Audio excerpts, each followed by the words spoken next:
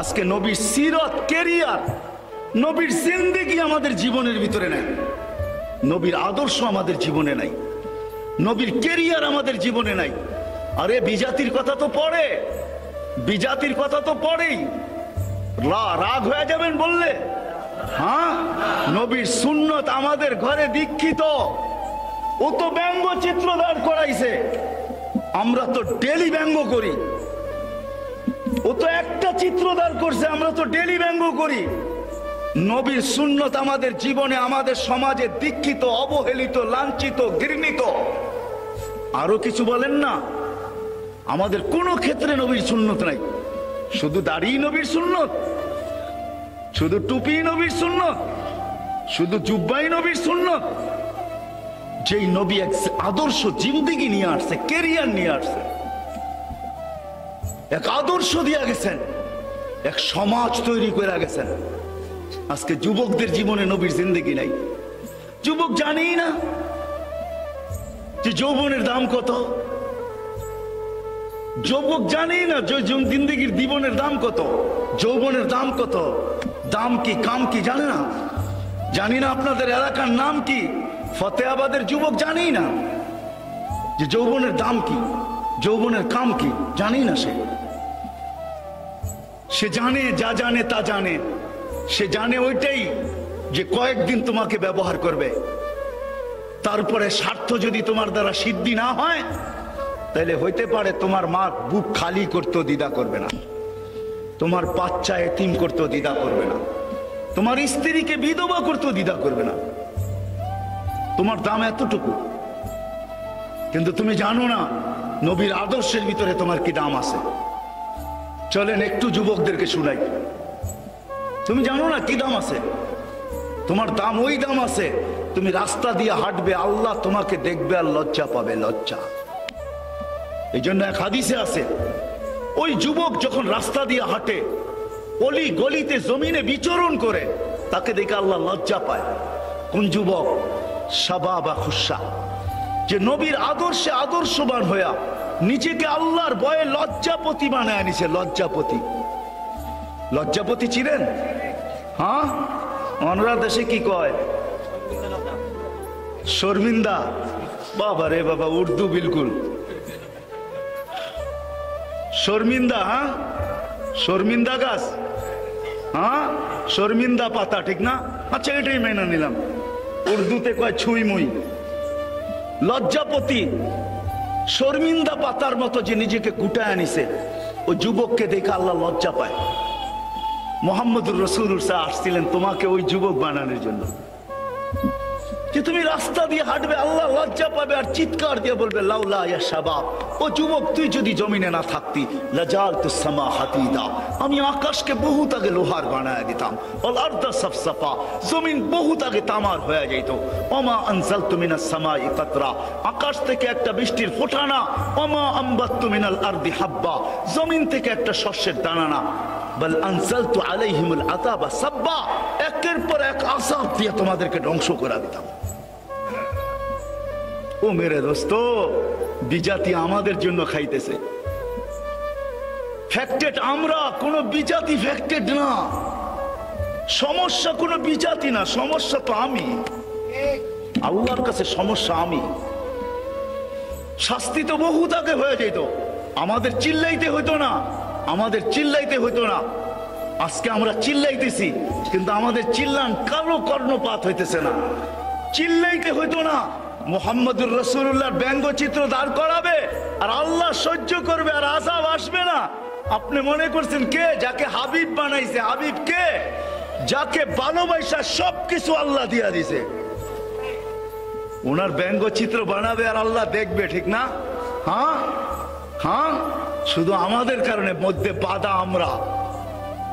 আমরা যদি নবীর আদর্শ, আমি সিরাতের দিকে আপনাদেরকে নিয়ে যাইতেছি, নবীর কেরিয়ার, নবীর সিরাত, নবীর আদর্শ। বিদায় যুবকদেরকে বলবো, তোমাদের পায়ে হাত রাখা বলতেছি আমি, ফতেহাবাদের যুবক, তোমাদের পায়ে হাত রাখি, আসো।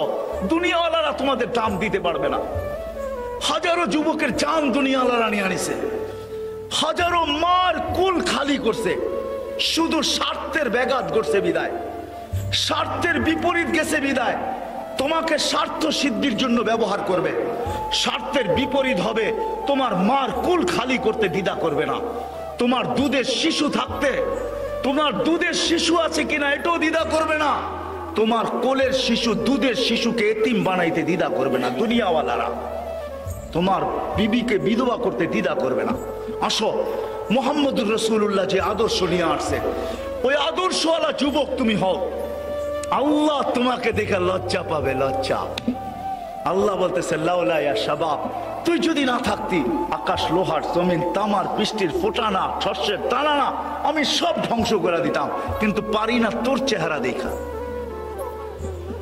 বলো কিরকম দামি তুমি আল্লাহর কাছে, বেলু কতটুক, কার কাছে, কার কাছে, কার কাছে? আল্লাহ আল্লাহর রসুলের কাছে। ওই রসুল, হায় হায় হায় হায়, যেই রসুল কেরিয়ার নিয়ে আসছেন, আদর্শ নিয়ে আসছেন, হায় উম্মতের জন্য যে চোখের পানি কোনোদিন বন্ধ হয় নাই। হযরত রিওয়ায়াতে তাসদীক করবে, আল্লাহর রসুল জিবরিল আলাইহিস সালামকে জিজ্ঞাসা করছে, জিবরিল আপনার চোখে সদা সর্বদা পানি কেন? না প্রথম জিজ্ঞাসা করছে মিকাইল কাঁদে কেন, চোখে সবসময় পানি কেন? বলে যেই দিন থেকে শয়তানকে বিতাড়িত করছে ওই দিন থেকে মিকাইলের চোখের পানি শুরু হয়েছে, আর বন্ধ হয় না। যে শয়তানের মতো মানুষ বিতাড়িত হয়ে গেল। শয়তান কিন্তু শয়তান ছিল না। 7 আকাশে তাকে 7টা নামে ডাকা হতো। তর্জমা আমি করবো না, হুজুর করতে তর্জমা জিজ্ঞাসা করে নেবেন। প্রথম আকাশে তাকে ডাকা হতো আবেদ, দ্বিতীয় আকাশে জাহেদ, তৃতীয় আকাশে আরেফ, চতুর্থ আকাশে তকি, পঞ্চম আকাশে ওলি, ষষ্ঠ আকাশে খাজেন, সপ্তম আকাশে আজাজিল। এই লকব নিয়ে শেখ সাদি রহমতুল্লাহ আলাইহি গুলিস্তায় লেখছেন।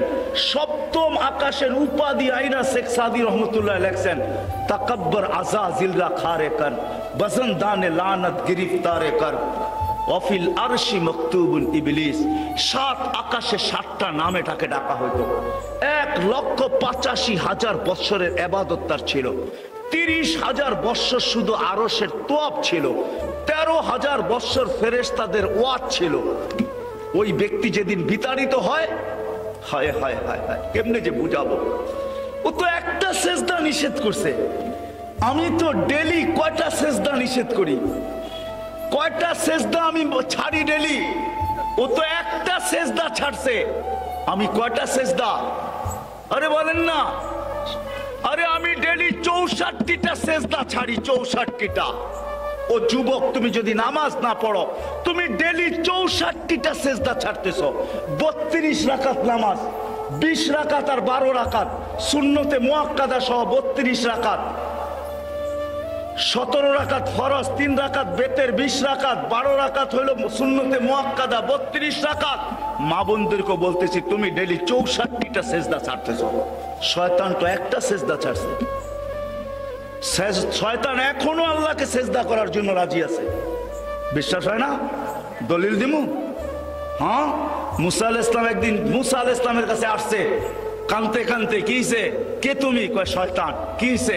অনুতপ্ত। কেন? তওবা করব। জিজ্ঞাসা করো কোনো রাস্তা আছে কিনা।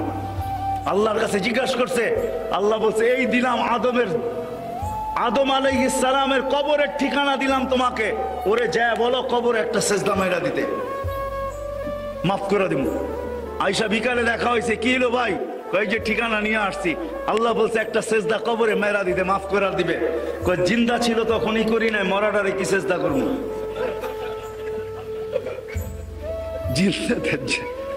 জিন্দা ছিল তখনই তো করি নাই, মরাটারে কি করবো?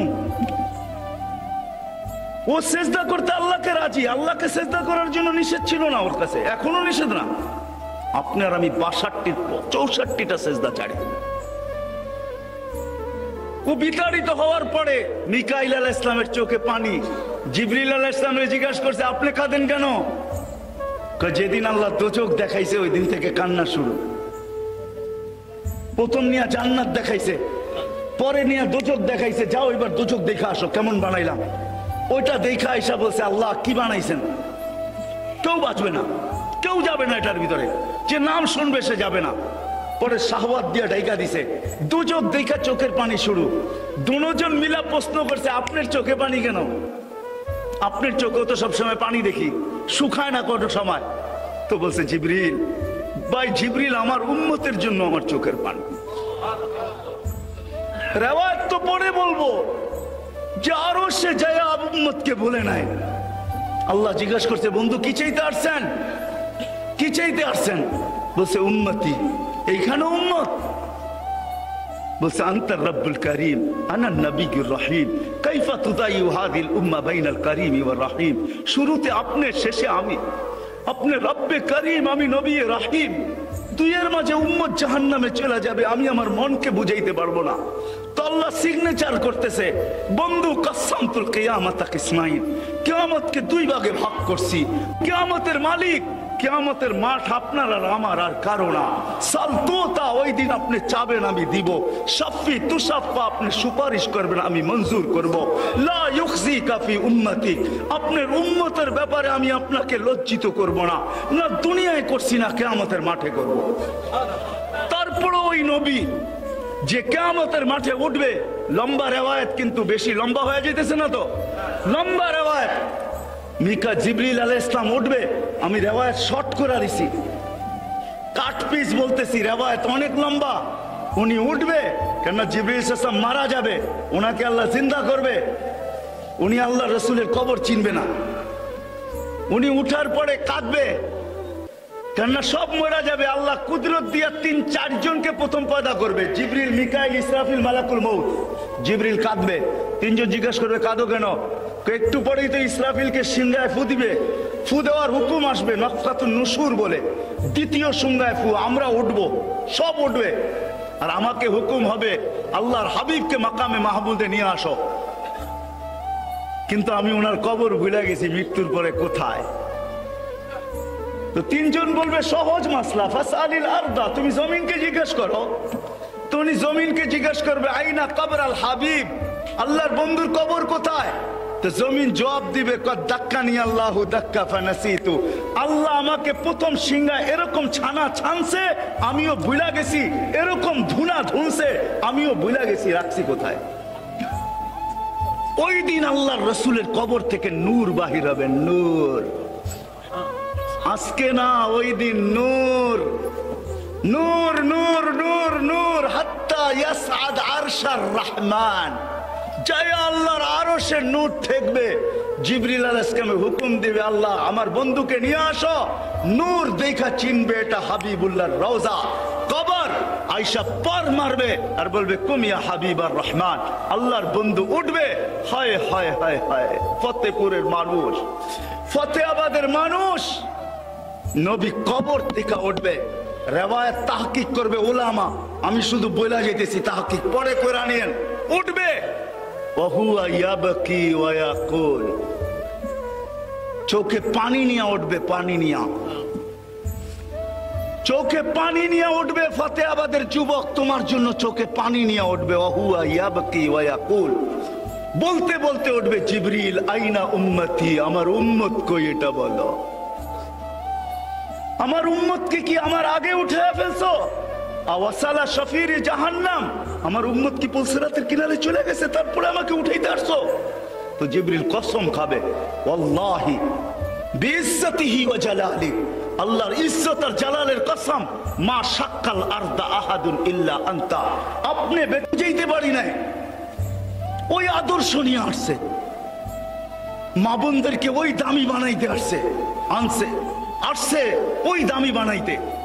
সারা দুনিয়া যাবে আল্লাহর জিয়ারতে, আল্লাহ যাবে এই উম্মতের কিছু মা বোনের জিয়ারতে, আল্লাহ নিজে যাবে, নিজে আল্লাহ নিজে যাবে, জিয়ারতে যাবে, জিয়ারতে। কে যাবে? কে যাবে? কে যাবে? সমগ্র জগৎকে, এই উম্মতের কিছু মা বোন আছে আল্লাহর রসুলের আগে জান্নাতে যাবে।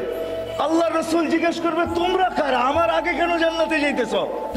তো হাসি দিয়া বলবে ইয়া রাসূলুল্লাহ, আপনারই উম্মত।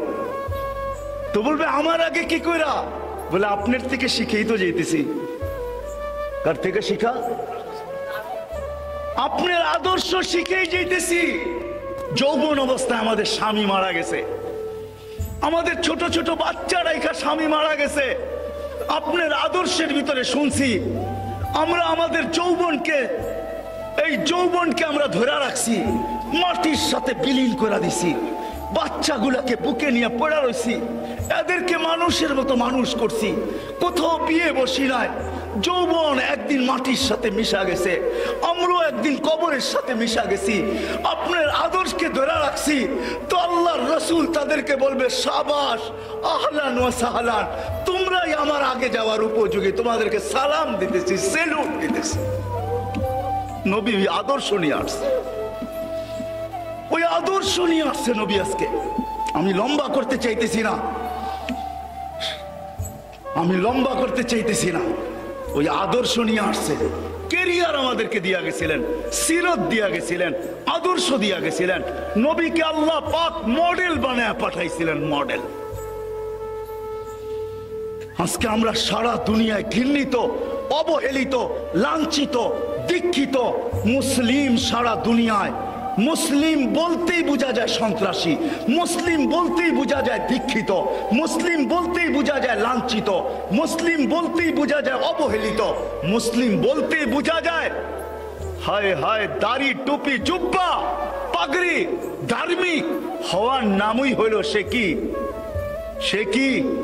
আরে বলেন না সে জঙ্গি, ঠিক না? কেন? সাহাবাদের আজকে আমাদের কাছে সব আছে, সাহাবাদের কাছে কিচ্ছু ছিল না। আপনি আমাকে বুঝাইতে হবে না, রাগ হয়েন না। মিডিয়াওয়ালা থাকলে আপনার পায়ে হাত রেখা বলি, আমি মিডিয়ায় তেমন বিশ্বাসী না। এই জন্য বিশ্বাসী না যে আমি সারা দুনিয়া ঘুরা দেখি। আমি মিডিয়ায় চোখ রাখবো কখন? তাহাদিসে নেয়ামত বলতেছি। আর এক দেখলে 100 হবে, 100। কত দেখলে? কয়টা দেখলে? একটা দেখলে 100 হবে, 100। আপনাদের উন্নত বিশ্ব দেখতে দেখতে আমার জুতা শেষ। আপনাদের কোন বিশ্ব আমাকে দেখাইতে হবে না। আপনাদের কোন বিশ্বের নাম নিবেন, ওই বিশ্বর মাটিতে যায় বলেন, যেই জায়গায় বলবেন ওই জায়গায় আমার জুতার পাড়া আছে। আমি চৈশা আসছি, বিদা আমাকে বুঝায়েন না। আজকে আমরা লাঞ্ছিত, আমাদের কাছে সব আছে। হায় হায়, আমি তো চিটাঙ্গে বলি, আজকে মাটির ঘর দেখে বড় খুশি লাগলো। আমি মনে হয় একবার হাটহাজারিতেও বলছিলাম যে একদিন চিটাগাঙ্গের মাটির ঘর জাদুঘরে উঠবে, ঠিক না? আগে তো মাটিরই ছিল, ঠিক না? কি ঐতিহ্য আছে না নাই? হ্যাঁ আছে, হ্যাঁ ঐতিহ্য আছে। আরে মাটির ঘর আছে নাকি? নাই, ঐতিহ্য নাই। দুই একটা হয়তো আছে, ঐতিহ্য শেষ। সব কি পাকা, ঠিক না? সব কি পাকা, সব বাংলো হয়ে গেছে। সাহাবাদের কাছে কিচ্ছু ছিল না, পায়ে জুতা ছিল না, শরীরে কাপড় ছিল না, পেটে ভাত ছিল না, মাথা গুছার ঠাই ছিল না। হুজুরকে জিজ্ঞাসা করেন, আল্লাহ রসুল জিজ্ঞাসা করছে তোমরা রাস্তায় বসে থাকো কেন? বলছে লাইসা লানা বুদ্দুনিয়া রাসূলুল্লাহ। আল্লাহ রসুল ছোট ছোট ঘর, সারাদিন স্ত্রী মেয়েরা ঘরে থাকে, বউ বেটি ঘরে থাকে। এর ভিতরে যদি আমরাও যে ঢুকা বসে থাকি, ওরা সহজভাবে চলতে পারবে না। আমাদের ঘরে জায়গা নাই, আমরা রাস্তায় বসি।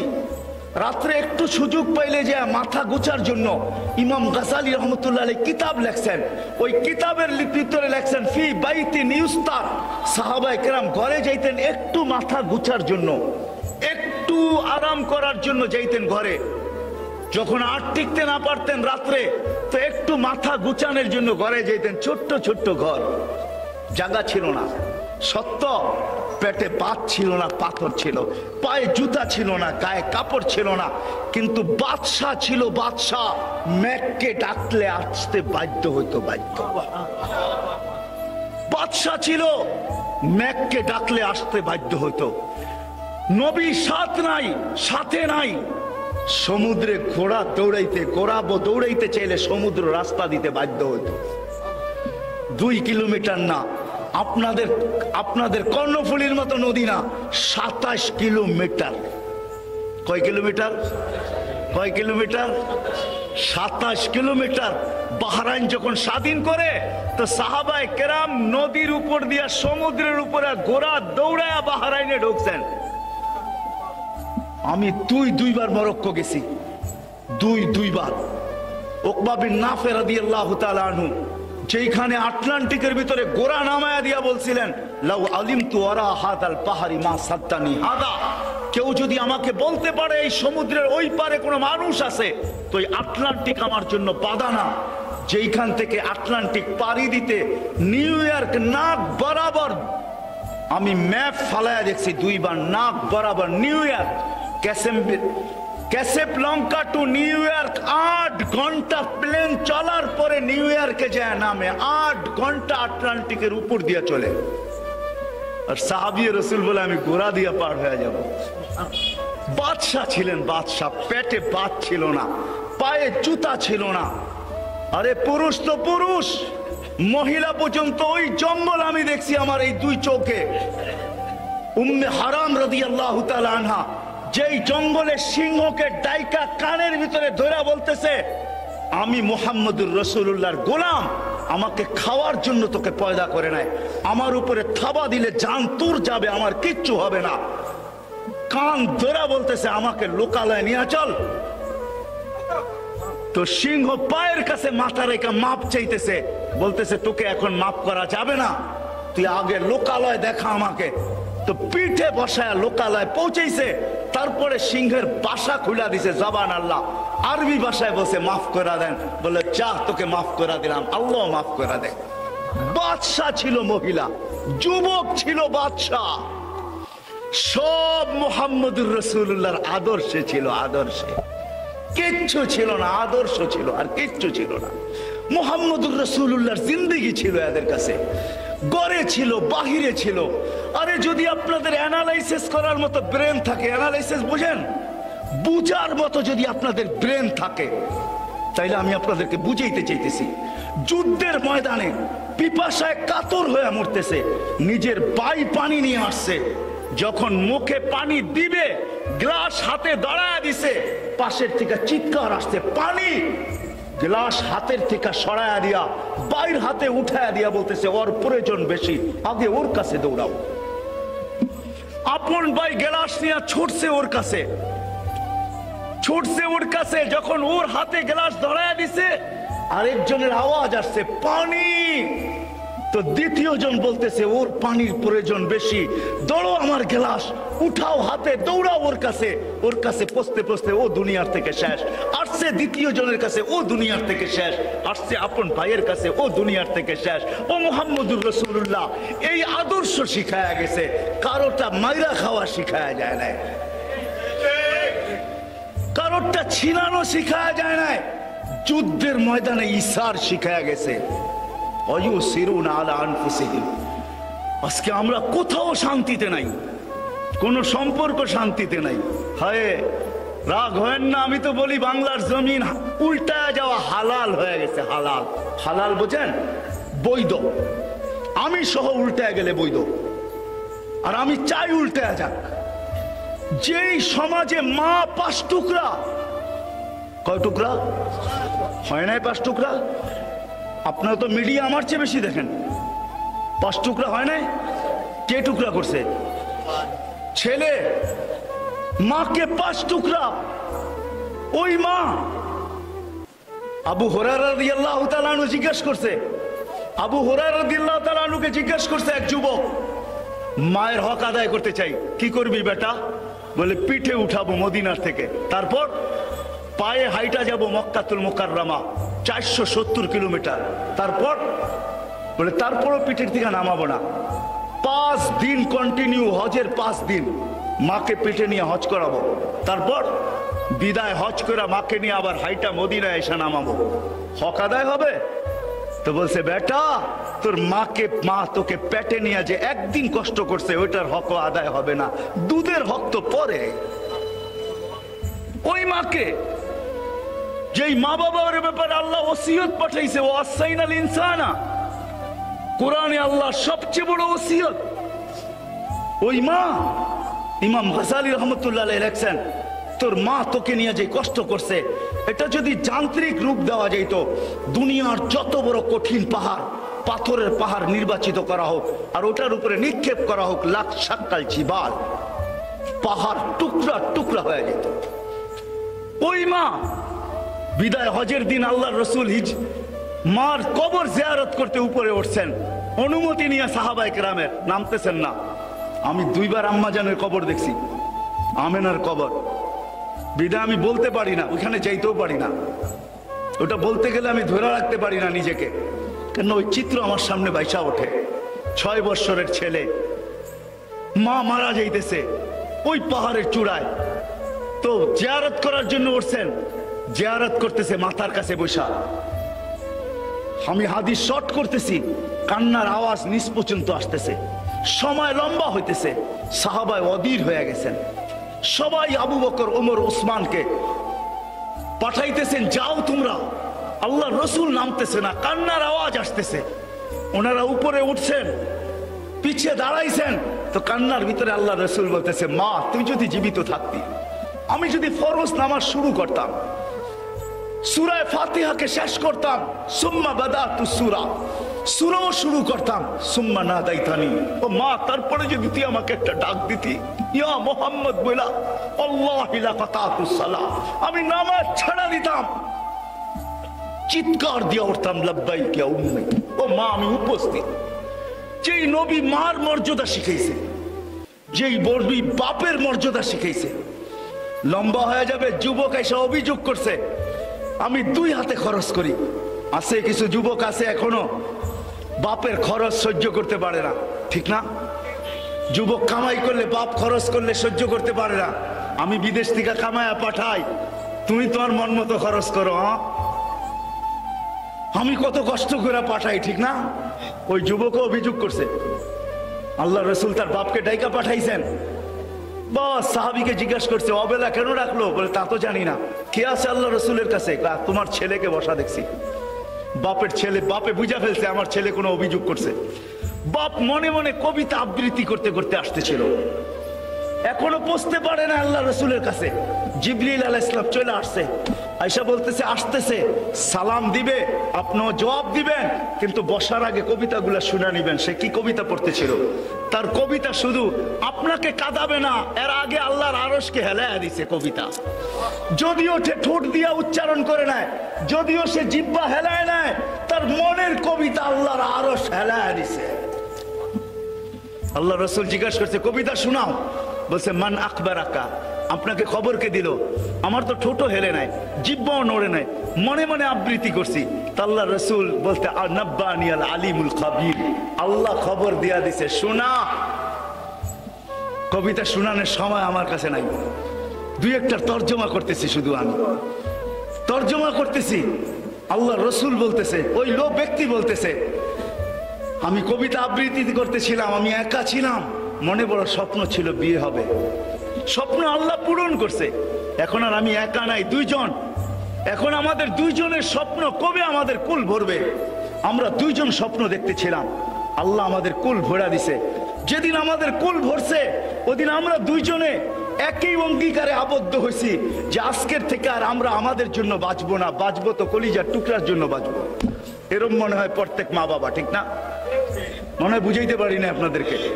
প্রত্যেক মা বাবা সন্তান হওয়ার পরে আর নিজের জন্য বাঁচে না। ফতেহাবাদের রিক্সাওয়ালা সারা দিন, কোনো দিন যায় না যে গালি না খায়া বাড়িতে না ফিরে, থাপ্পড় না খায়া বাড়িতে না ফিরে। কি সত্য তো? সিএনজি আলা, ভ্যান আলা, বাইক আলা, কি গালি ছাড়া, রিক্সাওয়ালা গালি ছাড়া বাড়িতে ফিরে? কিন্তু তারপরেও কেন সে আবার পরের দিন রিক্সা হাতে নেয়? কেন? বৃষ্টি আসতেছে, কি বৃষ্টি আসতেছে? হ্যাঁ, সামান্য উঠাউঠি করে না, শেষ শেষ হয়ে গেছে, শেষ শেষ জায়গায় চলে আসছি আমি। উঠাউঠি করেন না, রহমত আসছে, রহমত, বৃষ্টি আসে নাই। হ্যাঁ, রহমত আসছে, বৃষ্টি আসে নাই। এটা বৃষ্টি না, রহমত। বৃষ্টির সময় দোয়া কবুল হয়, হুজুরের জিজ্ঞেস করেন, যত সময় দোয়া কবুল হয় ওটার এক সময় হলো বৃষ্টি। সব বৃষ্টি বৃষ্টি না, এটা রহমতের বৃষ্টি। নবীর শানের বৃষ্টি আসতেছে, শানের। নবীর সিরাতের বৃষ্টি আসতেছে। তো ওই সাহাবী বলতেছিল, আজকের থেকে আমরা দুইজন নিজেদের জন্য বাচ্চা ছেড়া দিছি। লম্বা কাহিনী, আর যাইতেছি না। আল্লাহ রসুল কানতে কানতে যুবকের কলার ধরে বলছেন, আনতা ওয়া মালুকা লি আবিকা। নবী আমাদেরকে কেরিয়ার দিয়া গেছেন, আদর্শ দিয়া গেছেন। ওই আদর্শ ছাড়ার কারণে সব আছে, সব আছে, সব আছে, টাকা আছে, পয়সা আছে, সব আছে, কিন্তু নবীর আদর্শ না থাকার কারণে। আমি আপনাদের পায়ে হাত রেখা বলবো, আজকে সবাই এখান থেকে ওয়াদা করেন, নবীর আদর্শকে আমাদের জীবনের আদর্শ বানাবো, নবীর সুন্নতকে আমাদের জীবনের সুন্নত বানাবো। ওয়াদা, নিয়ত না, ওয়াদা। যে ওয়াদা করতে পারেন সে হাত উঠান। যে ওয়াদা, বিশেষ করে যুবকদেরকে বলবো, কি ওয়াদা? পাক্কা, পাক্কা ওয়াদা না? মা যুবকদেরকে একটা কথা বলবো, তুমি তোমার যৌবনকে, তুমি তোমার মেধাকে, তুমি তোমার চিন্তাকে, তুমি তোমার বিদ্যাকে, সব কিছুকে, তুমি তোমার হোয়াটসঅ্যাপকে, তুমি তোমার ইমুকে, তুমি তোমার ভাইবারকে, তুমি তোমার নেটকে, সব কিছু আজকের থেকে ব্যয় শুরু করো যে আমি নবীর আদর্শ শিখবো। আর নবীর আদর্শ মানুষের কাছে ছড়ায়া দিব, মানুষের ঘরে ঘরে ছড়ায়া দিব, জীবনে জীবনে ছড়ায়া দিব। আমরা যেদিন থেকে নবীর আদর্শবান হব, খোদার কসম, দুনিয়ার কোন কাফের, দুনিয়ার কোন ব্যক্তি, যত বড় ব্যক্তিত্ব হোক, যত বড় সম্রাট হোক, আল্লাহর রসুলের বিরুদ্ধে দাঁড়াবে। হায় হায়, আল্লাহ শিখাইছেন, একজন আল্লাহর রসুলের বিরুদ্ধে দাঁড়াইছিলেন, তো আল্লাহর রসুল বলছিল যে ওকে আল্লাহ সিংহ পাঠায়া দিয়া ওকে ফাইরা ফেলবে, ফাইরা। ওই সিংহ এখনো আল্লাহর খাজিনায় আছে না নাই? আছে না নাই? আল্লাহর কাছে ওই কুকুর এখনো আছে, কালবুম মিন কিলাবির রহমান, আল্লাহর ভান্ডারের কুকুর এখনো আছে। আপনার হাত কালো করতে হবে না, আমার হাত কালো করতে হবে না, শুধু আপনাকে আমাকে নবীর কেরিয়ার আলা হইতে হবে, নবীর আদর্শে আদর্শবান হইতে হবে। আমি সাথে সাথে এই মজমাকে একটা কথা বলবো, আমাদের হাত পাও বাঁধা, আমাদের মুখ বাঁধা, আমরা যদিও ভিতর থেকে রক্তক্ষরণ হইতেছে, আমরা ওইভাবে নবীর বিরুদ্ধে যারা বলে তাদের বিরুদ্ধে আমরা দাঁড়াইতে পারি না, কেননা আমাদের হাত পাও বাঁধা। ঠিক না? সত্য তো, সত্য তো। কিন্তু একটা তো করতে পারি আমরা, এইখান থেকে ফ্রান্স যাওয়া চলবে না, অনেক কিছুই করা সম্ভব হবে না, আপনি বেশি চিল্লাইতেও পারবেন না, এটাও সম্ভব হবে না। কিন্তু আমি আপনাদের কাছে ওয়াদা নিব, আজকে একটা করা সম্ভব, সেটা হলো প্রতিদিন এই মজমা যতদূর আমার আওয়াজ যায়, মা বোনদের পায়েও হাত রেখা বলি, প্রতিদিন আজকের থেকে ফ্রান্সের ফয়সালা, নবী দুশ্মনদের ফয়সালা আকাশ থেকে যতদিন পর্যন্ত না আসে, আমি ডেলি 2 রাকাত সালাতুল ইস্তেগাসা পড়ব। 2 রাকাত পড়বেন? কে কে পড়বেন ওয়াদা করেন তো? 2 রাকাত। তকি উসমানী রহমতুল্লাহ, তকি উসমানী মুদ্দাজিল্লুল আলী, উনি বলেন, উনি 2 দিন আগেও বলছেন যে আমরা কিচ্ছু করতে পারি না, আমরা রাত্রে উঠা, আমি রাত্রে বলবো না ওনার মতো, ওনার উনি বলেন যে 2 রাকাত নামাজ পড়ে তো আমার মনের কথাটা আমি আল্লাহকে বলতে পারি না, পারি না। আস-সাজিদু ইয়াসজুদু আলা কদমাই রহমান, সিজদাকারী আল্লাহর কদমে কুদরতি পায়ে মাথা রাখা দেয়। ইদা সাদাদাল আবদ ইরতাফাল হিজাব বাইনাহু ওয়া বাইনার রহমান, যখন সিজদায় যায় তো আল্লাহ আর তার মাঝের ভিতরে সব পর্দাগুলো সরে যায়। মুসা আলাইহিস সালাম 70,000 পর্দার এই পারের থেকে কথা বলছে। আমরা যখন কথা বলতে যাবো তো আমাদের মাঝে আল্লাহর মাঝে কোনো পর্দা থাকে না। ওই অবস্থায় আমি আল্লাহর কাছে বলি, আল্লাহ আমাদের হাত পাও বাঁধা, নবীর ব্যথায় আমাদের রক্ত ক্ষরণ হইতেছে, আল্লাহ আমরা কাউকে বলতে পারি না, আল্লাহ আমি তোর কদমে বলতেছি, আল্লাহ তোর কুকুরদের ভিতর থেকে একটা কুকুর নির্ধারণ কর।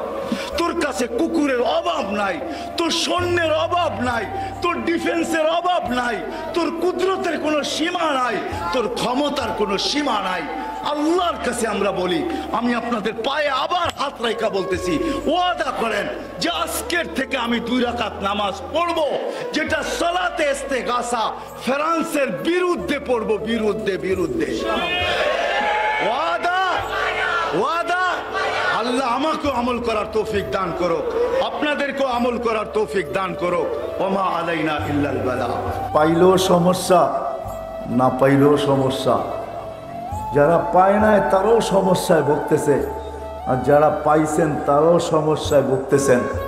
এই জন্য আব্দুর রহমান ইবনে আউফ রাদিয়াল্লাহু তাআলা আনহু, পাওয়া যদি কোনো আসল সমস্যা হইতো তাহলে উনি আশারায় মুবাশশারার অন্তর্ভুক্ত কোনো দিন হইতেন না। কেননা উনি যখন দুনিয়ার থেকে বিদায় নেন, ওই সময় ওনার কাছে যে টাকা ছিল, আজকে বাংলাদেশের 5 থেকে 6 বছর বাজেট করা যায়। বাজেট এতটুক পরিমাণ ওনার কাছে ছিল, কিন্তু এত বড় পাওয়াও কোনো বাধা হয় নাই। আবার ওই সমাজের ওই সাহাবিও দেখা যাবে যে ক্ষুধার তাড়নায় মাটিতে গড়াগড়ি করতেছে, মানুষ বিভিন্ন রোগ ভাইবা তাকে চিকিৎসা দিতেছেন, আর নিজেই বলতেছেন আবু হুরায়রা রাদিয়াল্লাহু তাআলা আনহু যে ক্ষুধা, আমার তো কোনো রোগ ছিল না, ছিল তো ছিল ক্ষুধা ছিল, কোনো রোগ তো আমার ছিল না। মানুষ ভাবত আমি এই রোগে আক্রান্ত, কিন্তু রোগ আমার কাছে ছিল না, আমার কাছে ছিল তো ক্ষুধা ছিল, আর কিচ্ছু ছিল না। সমাজের দুইটা ছাইডই আছে, কেন ওনাদের দিল ভরা ছিল, আর এটার জন্য দুইটা জিনিস লাগবে, না হলে কোনোদিন হবে না। যদি একটা হয় তাও হবে না, একসাথে দুটোই লাগবে। আজকে আমাদের সমস্যা এটাই আমাদের সমস্যা।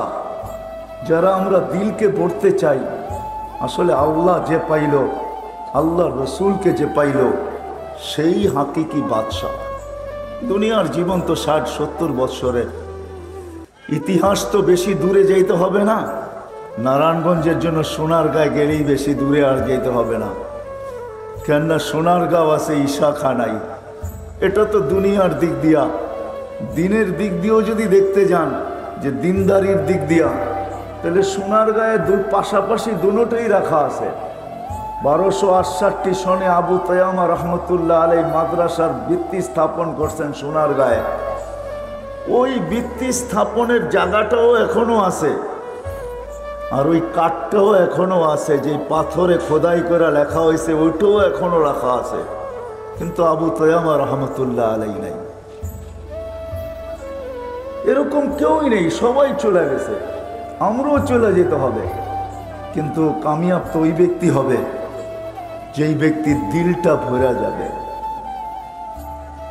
আর দিল ওই সময় ভরবে, দিল আল্লাহ রসুল ছাড়া কোনো জিনিস দিয়া ভরা সম্ভব না। আপনি আমাকে বুঝাইতে পারবেন না, আমিও হয়তো আপনাদেরকে বুঝাইতে পারতেছি না। দিল ভরবে আল্লাহ আল্লাহ রসুল দিয়া।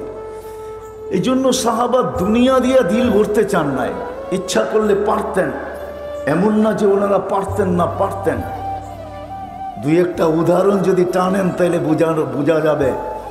আচ্ছা বলেন, যাদের ইশারায় মেঘ আসতো, যাদের কথা মেঘ শুনতো, পায়ের নিচের মাটিটা তো মেঘের চেয়ে বেশি দূরত্ব না, ঠিক না? না মাটিটা বেশি দূরত্ব, মেঘটা বেশি কাছে? কোনটা দূরত্ব বেশি? মেঘটা বহুত দূরত্ব, ঠিক না?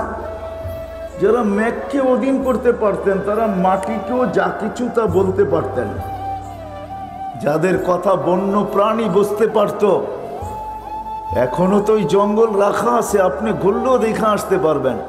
টিউনিসিয়ায় ওই জঙ্গল রাখা আছে, যেই জঙ্গলের পাশে দাঁড়ায় সাহাবায়ে কেরাম বলছিলেন, সকাল পর্যন্ত তোমাদেরকে সুযোগ দিলাম, নাহনু রাসূলুল্লাহ, আমরা আল্লাহর রসুলের প্রতিনিধি, সকাল পর্যন্ত তোমাদেরকে সুযোগ, জঙ্গল খালি করে দাও, নাইলে সকালে তোমাদেরকে গণহত্যা করব।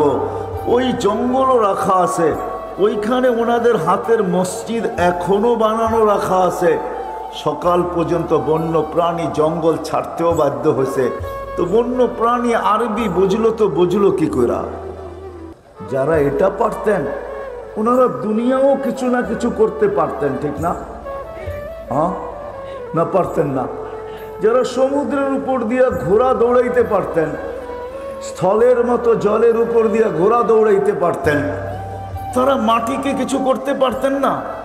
টেকনোলজির যুগ তো আজকে আসলো, আমি তো বলি ভিডিও কল তো ওমর রাদিয়াল্লাহু তাআলা আনহু দেখায়া গেছেন, ওইখান থেকে বিজ্ঞান প্রযুক্তি নিছে। বিজ্ঞান নিজের কোনো প্রযুক্তি নাই, আমাদের থেকে ধার করে নিয়া প্রযুক্তি দাঁড় করাইছেন। বিজ্ঞান প্রযুক্তি নিছে ওইখান থেকে। ওমর রাদিয়াল্লাহু তাআলা আনহু 1400 বছর সারিয়াতাল জাবাল বইলা ওই প্রযুক্তি কিয়ামত পর্যন্ত মানুষের সামনে রাইখা দিয়েছেন, যার কারণে আজকে মুঠো ফোনও আসছে, যার কারণে আজকে প্রযুক্তিও আসছে, যার কারণে আজকে ভিডিও কলিংও আসছে, না জানি হাজারো জিনিস আসছে। ওই সূত্র ধইরা এরা তৈরি করছেন যে উনি যখন পারছে তাইলে এইখানে কোনো না কোনো একটা কিন্তু আছে, যেটাকে খুঁজা বাহির করলে আমরাও কাজে লাগাইতে পারবো, আমরাও আমাদেরকে ফেমাস করতে পারবো, দুনিয়াকে তাক লাগায়া দিতে পারবো। কিন্তু সূত্র দিছেন যিনি, উনি ওমর রাদিয়াল্লাহু তাআলা আনহু। ওনারও ইচ্ছা করলে দুনিয়া পারতেন, কিন্তু না করেন নাই মেরে দোস্ত। ওনাদের তো চিন্তাই ছিল যে এটা বড়, এটা দিলটা বড়, আর দিল ভরতে গেলে দুইটা লাগবে, আল্লাহ আল্লাহর রসুল লাগবে, আর আল্লাহ আল্লাহর রসুলকে দিলে বসাইতে হলে দুটা লাগবে। ওটার ভিতরেই সময় চলে গেছেন। 60-70 বৎসরকে শুধু টাটা দিয়া দিছেন, আর বলছে 60-70 বৎসর ওয়াজাদনা শাকারনা, পেলাম তো শুক্রিয়া আদায় করলাম, লাম নাজিদ সাবারনা, না পেলাম তো সবর করলাম। কেননা মরার পরে তো রাখাই আছে, দনি তো ইনশাআল্লাহ এটাই আসবে, ইলা রৌহি ওয়া রাইহান ইলা রব্বিন গায়রি গাজবান। চলো ওই জগতের দিকে যেটা সুখ শান্তিতে ভরা। সুখ আর শান্তি কি দেখছ? সুখ শান্তিতে ভরা। চলো এরকম প্রভুর কাছে যে তোমার উপরে রাগান্বিত নয়, বরং তোমাকে দেখলে আনন্দ, তোমাকে দেখলে খুশি হবে, তোমাকে দেখলে আনন্দিত হবে, তুমিও দেখা আনন্দ পাবে, তুমিও আল্লাহর দিদার করবে, তোমারও সাক্ষাৎ হবে। এই কথাই ওনারা ভাবতেন। এই জন্য দুনিয়ার দিকে কখনো মুখ দেন নাই, সদা সর্বদা এই ভিতরটাকে ভরার চিন্তায় ছিলেন। ওটা আল্লাহ আল্লাহর রসুল দ্বারা ভরে, আর আল্লাহ আল্লাহর রসুলকে ভিতরে ঢুকাইতে হলে দুইটা লাগবে। শুধু মেহান্নত করলে হবে না যে আমি সারাদিন মেহান্নত করলাম, চাই মেহান্নত যেই লাইনেই হোক, আপনি সারাদিন মেহান্নত করলেন না, এটার সাথে আরেকটাও লাগবে। এই জন্য সাহাবায়ে কেরাম দুটোই করতেন, দুটোই ছিল ওনাদের জীবনে, একটা মেহান্নত, একটা হক্কানিয়াতের সোহবত। মেহান্নতও লাগবে, আবার হক্কানিয়াতের সোহবতও লাগবে। হক্কানিয়াতের সোহবত, মেহান্নতও লাগবে, আবার হক্কানিয়াতের সোহবতও লাগবে। এই জন্য সাহাবায়ে কেরাম মেহান্নতও করতেন, আবার আল্লাহ রসুলের কাছে যায় সোহবতের মাধ্যমে যেই মেহান্নত করতেছেন ওটা হইতেছে কি হইতেছে না, কতটুক বনতেছে। হয়তো একটা ছোট্ট উদাহরণ দিলে দেখা যাবে। আচ্ছা, বাচ্চা যখন কনসেপ্ট হয়ে গেছে তো সময় মতো তো আসবেই, ঠিক না? কি আমার কথা বোঝেন?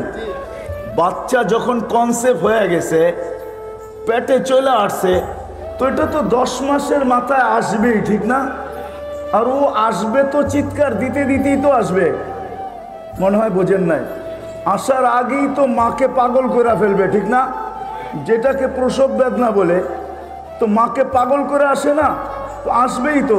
তো আপনি মাসে মাসে ডাক্তার দেখান কেন? কি প্রয়োজন? কি প্রয়োজন মাসে মাসে এতগুলা বিল দেওয়া, এত লম্বা সিরিয়াল দেওয়া, আবার এই লোকটা এত কষ্ট করতেছে, একে বারবার নিয়ে যাওয়া, কি প্রয়োজন? আমাকে বুঝান, প্রয়োজন রাখে? যেদিন বাচ্চা চিৎকার দিতে শুরু করলো আসার জন্য, মাকে পাগল বানাইতে শুরু করলো, ওই মুহূর্তেই যান। হয়তো সিজার হবে, নাইলে নর্মাল হবে, দুটার একটা তো হবেই, ঠিক না? হয়তো বাইপাস হবে, নাইলে ডাইরেক্ট হবে, ঠিক না? দুইটাই তো আমাদের দুনিয়ার রাস্তা, ঠিক না? সহজ রাস্তা হলো বেশি ব্যথা হয়, সিজার করো, তাড়াতাড়ি খালাস করো, ঠিক না? আপনি মাসে মাসে কেন যান? এই জন্য যাই যে দেখার জন্য পজিশন কিরকম, ঠিক না? আমিও বুঝাইতে পারলাম কিনা জানি না। হক্কানিয়াতের সোহবত, আল্লাহ ওয়ালাদের সোহবত, হক্কানি আলেমদের সোহবত, এই জন্য জরুরত যে আপনি মেহান্নতের পজিশনটা দেখেন কিরকম আছে, আপনার পজিশন ঠিক আছে কি ঠিক নাই, চাইলে দেখবেন আপনি মেহনত করবেন তো ঠিক আছে, আপনি পজিশন দেখলেন না, বাচ্চা তো হবে হবে, হইতে পারে তারও সারা জীবনের কান্না হইতে পারে, আর আপনি মা বাবা হিসাবে আপনিও সারা জীবন বাচ্চা দেখবেন আর চোখের পানি ঝরাইতে থাকবেন, আর ভাববেন একটুখানি ভুলের তরে অনেক বিপদ ঘটে। ভুল করেছে যারা সবাই ভুক্তভোগী বটে। এই প্রবাদ বাক্য আপনার আমার জীবনও সত্য হইতে পারে।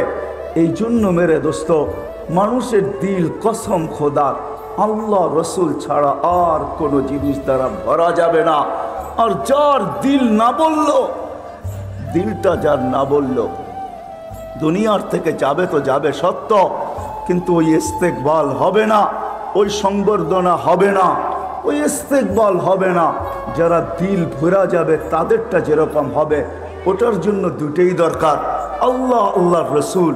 আর আল্লাহ আল্লাহর রসুলকে ভিতরে ঢুকাইতে হইলে মেহনত, চাই সেটা বন্দেগীর লাইনে হোক, চাই সেটা জিকিরের লাইনে হোক, চাই সেটা তেলাওয়াতের লাইনে হোক, চাই দুনিয়াতে যতগুলা লাইনই আছে সব লাইনের হোক, কিন্তু সাথে সাথে সোহবত লাগবে যে আপনার মেহনত ঠিক হইতেছে কি হইতেছে না।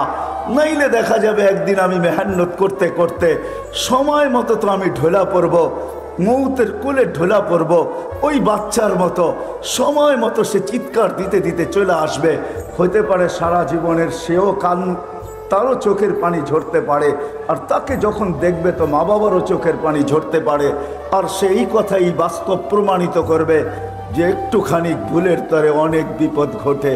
ভুল করেছে যারা সবাই ভুক্তভোগী বটে, তখন আমারও এরকম হতে পারে যে আমি মেহনত করতে করতে করতে করতে করতে একটা পর্ব আসবে যখন থাবা আমার কাছে চলে আসবে, তো আর ওই সম্বোধন হয়তো আমার কাছে আসবে না, যেই সম্বোধন চিরাচরিত মেহনত আর সোহবতের মাধ্যমে আসার কথা। কেননা আমার কাছে মেহনত আছে, সোহবত নাই। এই জন্য এরকম কেউ যদি সোহবত নিল কিন্তু মেহনত একটুও করলো না, তাহলে সোহবত যে তার ভিতরে সব কিছু আইনা দিবে এটাও না, দুটোটাই লাগবে, মেহনতও লাগবে, সোহবতও লাগবে। কথা কিন্তু শেষ।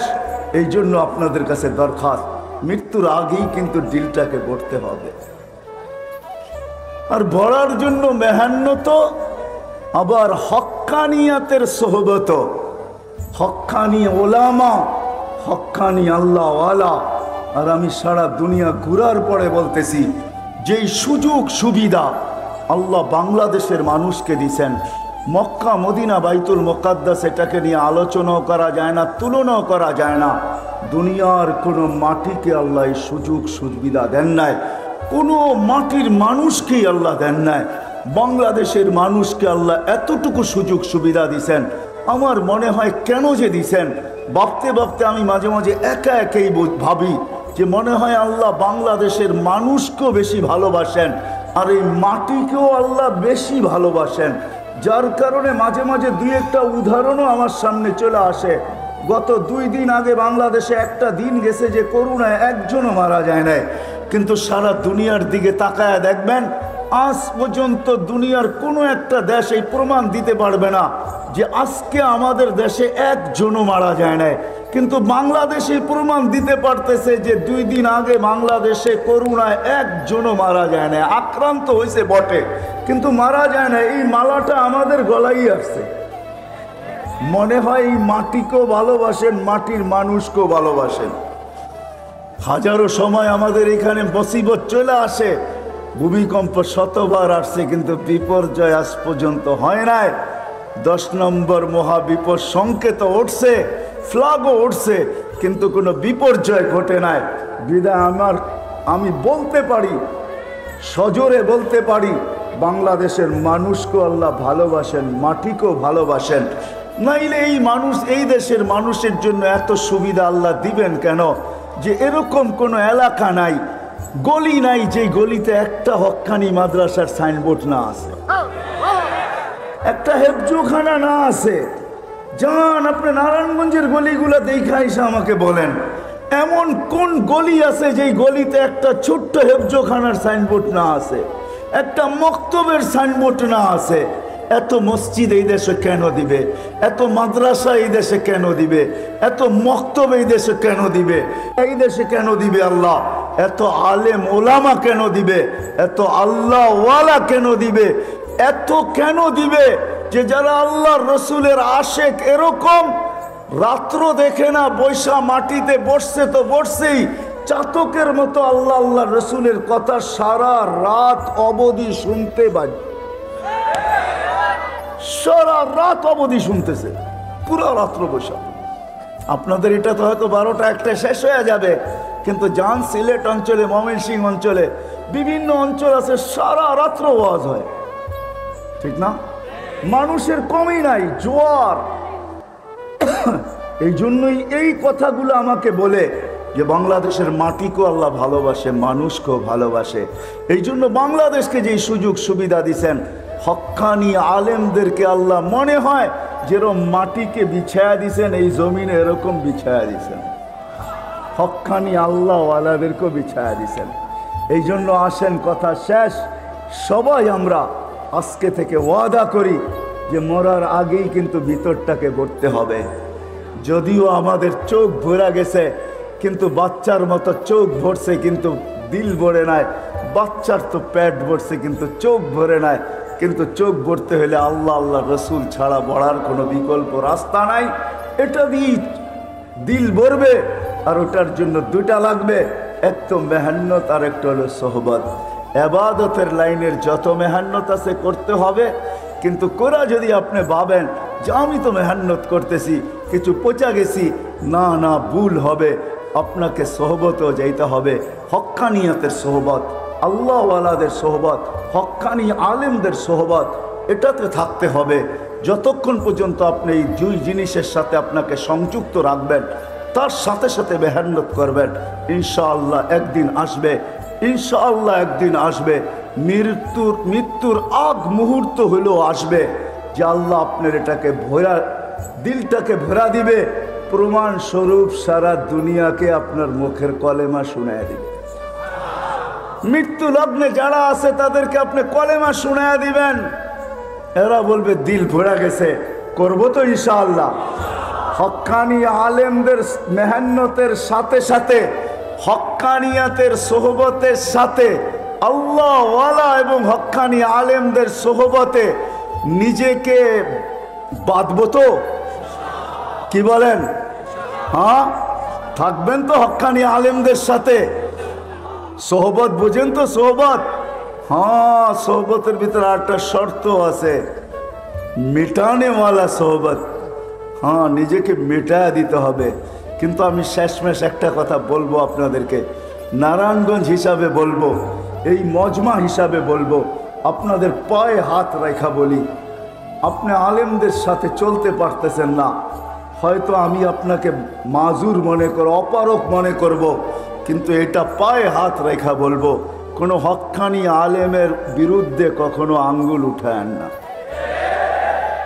যদি আপনি উঠাইলেন, আজকে না, কিয়ামতের মাঠে আপনার সাথে আমার দেখা হবে, ওই দিন আমি আপনাকে জিজ্ঞাসা করব যে আপনাকে এই কারণে মূল্য দিতে হইলো তো কতটুকু দিতে হইলো। আজকে হয়তো আমি বুঝাইতেও পারবো না, দেখাইতেও পারবো না, বলতেও পারবো না, কিন্তু কসম খোদার কিয়ামতের মাঠে আপনাকে আমি জিজ্ঞাসা করতে পারবো।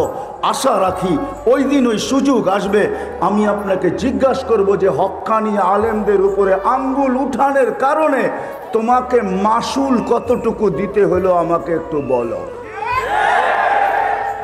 এই জন্য এদের সাথে চলবো, সোহবতে চলবো, কিন্তু আঙ্গুল কোনোদিন উঠাবো না, ইনশাআল্লাহ। রাজি? পাক্কা ওয়াদা। আল্লাহ আমাদের সবাইকে আমল করার তৌফিক দান করেন। ওমা আলাইনা ইল্লাল বালা। দুনিয়ার কোনো মাটিকে আল্লাহ এই সুযোগ সুবিধা দেন নাই, কোনো মাটির মানুষকেই আল্লাহ দেন নাই। বাংলাদেশের মানুষকে আল্লাহ এতটুকু সুযোগ সুবিধা দিছেন, আমার মনে হয় কেন যে দিছেন, ভাবতে ভাবতে আমি মাঝে মাঝে একা একাই ভাবি যে মনে হয় আল্লাহ বাংলাদেশের মানুষকেও বেশি ভালোবাসেন, আর এই মাটিকেও আল্লাহ বেশি ভালোবাসেন। যার কারণে মাঝে মাঝে দুই একটা উদাহরণও আমার সামনে চলে আসে। গত 2 দিন আগে বাংলাদেশে একটা দিন গেছে যে করোনায় একজনও মারা যায় নাই, কিন্তু সারা দুনিয়ার দিকে তাকায় দেখবেন আজ পর্যন্ত দুনিয়ার কোনো একটা দেশ এই প্রমাণ দিতে পারবে না যে আজকে আমাদের দেশে একজনও মারা যায় নাই। কিন্তু বাংলাদেশে প্রমাণ দিতে পারতেছে যে 2 দিন আগে বাংলাদেশে করোনায় একজনও মারা যায় না। আক্রান্ত হয়েছে বটে, কিন্তু মারা যায় না। এই মালাটা আমাদের গলায় আসছে। মনে হয় এই মাটিকেও ভালোবাসেন, মাটির মানুষকেও ভালোবাসেন। হাজারো সময় আমাদের এখানে মুসিবত চলে আসে, ভূমিকম্প শতবার আসছে, কিন্তু বিপর্যয় আজ পর্যন্ত হয় নাই। 10 নম্বর মহাবিপদ সংকেত উঠছে, ফ্ল্যাগও উঠছে, কিন্তু কোনো বিপর্যয় ঘটে নাই। বিদায় আমি বলতে পারি, সজোরে বলতে পারি, বাংলাদেশের মানুষকেও আল্লাহ ভালোবাসেন, মাটিকেও ভালোবাসেন। নাইলে এই মানুষ, এই দেশের মানুষের জন্য এত সুবিধা আল্লাহ দিবেন কেন? যে এরকম কোনো এলাকা নাই, গলি নাই যে গলিতে একটা হক্কানি মাদ্রাসার সাইনবোর্ড না আছে, একটা হেফজোখানা না আছে। যান আপনি নারায়ণগঞ্জের গলিগুলো দেখা এসে আমাকে বলেন, এমন কোন গলি আছে যেই গলিতে একটা ছোট্ট হেফজোখানার সাইনবোর্ড না আছে, একটা মক্তবের সাইনবোর্ড না আছে? এত মসজিদ এই দেশে কেন দিবে? এত মাদ্রাসা এই দেশে কেন দিবে? এত মক্তব এই দেশে কেন দিবে? সাল্লাল্লাহু আলাইহি ওয়া আলা আলিহি ওয়া আসহাবিহি ওয়া আতবাইহি ইলা ইয়াউমিদ্দিন। أما بعد فأعوذ بالله من الشيطان الرجيم بسم الله الرحمن الرحيم ألا بذكر الله تطمئن القلوب وقال رسول الله صلى الله عليه وسلم عن الله تبارك وتعالى أنا مع من ذكرني। অত্র মাহফিলের সম্মানিত সভাপতি, উপস্থিত ওলামায়ে কেরাম, নারায়ণগঞ্জের বিভিন্ন এলাকা থেকে আগত মুসলমান ভাইয়েরা, যেই পর্যন্ত লাউড স্পিকারের আওয়াজ পৌঁছতেছে পর্দার অন্তরালে মা ও বোনেরা, কোরআন হাদিস থেকে যতটুকুই তেলাওয়াত করলাম আশা রাখি একই সামনে রেখে অতি অল্প সময় কিছু কথা রাখবো, সাথে সাথে দোয়ার দরখাস্ত। আল্লাহ আমাকে, আপনাদেরকে, সমগ্র শ্রোতাকে সঠিক জিনিসকে বুঝা, শিখা এবং মানার তৌফিক দান করেন। মানুষ যদিও নাকি সৃষ্টির সেরা, সৌন্দর্যের দিক দিয়েও সৃষ্টির ভিতরে সবচেয়ে সুন্দর, শ্রেষ্ঠত্বের দিক দিয়েও সৃষ্টির ভিতরে সবচেয়ে সেরা।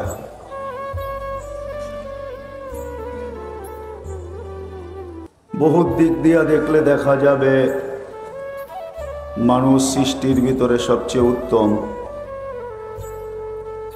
কেননা সমগ্র সৃষ্টির জন্ম বৃত্তান্ত ভিন্ন, মানুষের জন্ম বৃত্তান্ত ভিন্ন। সমগ্র জিনিসকে আল্লাহ 6 দিনে কমপ্লিট করছেন, মানুষকে আল্লাহ প্রত্যেককে আমাদেরকে 10 মাস সময় নিয়ে কমপ্লিট করছেন। কোনো সৃষ্টিকে আল্লাহ বিনিময় দেন নাই, যদিও সমগ্র সৃষ্টি 24 ঘন্টায় আল্লাহর গুণগানে রত। একটা মুহূর্ত এরকম যায় না কোনো সৃষ্টির উপরে যে আল্লাহর গুণগান না গান। জন্মলগ্ন থেকে নিয়ে মৃত্যু পর্যন্ত প্রত্যেক আকাশের ভিতরে অগণিত ফেরেশতা, কেউ দাঁড়ানো, কেউ রুকু, কেউ সেজদা, কেউ বসা অবস্থায় আল্লাহর গুণগানে রত। লা ইয়ালতাফিত ওয়ালা ইয়াকফাল তরফাত আইন, চোখের পলক ঝপতে যতটুক সময় লাগে এতটুক সময়ের জন্য তারা না বিমুখ হন, না গাফেল হন, না ডাইনে তাকান, না বামে তাকান। কোরআনও আমাদেরকে এই কথাই বুঝাইতেছেন, মা মিন শাইইন ইল্লা ইউসাব্বিহু বিহামদি রাব্বি, যেটারই অস্তিত্ব ঘটে সেটাই আল্লাহর গুণগান গাইতে বাধ্য। কিন্তু অনেক জিনিসের গুণগান শোনাই যায় না, আবার অনেকটা শোনা যায় তো বোঝা যায় না। আল্লাহ আমাদেরকে এটার সমাধান দিছেন, ওয়ালাকিন লা তাফকাহুনা তাসবিহাহুম।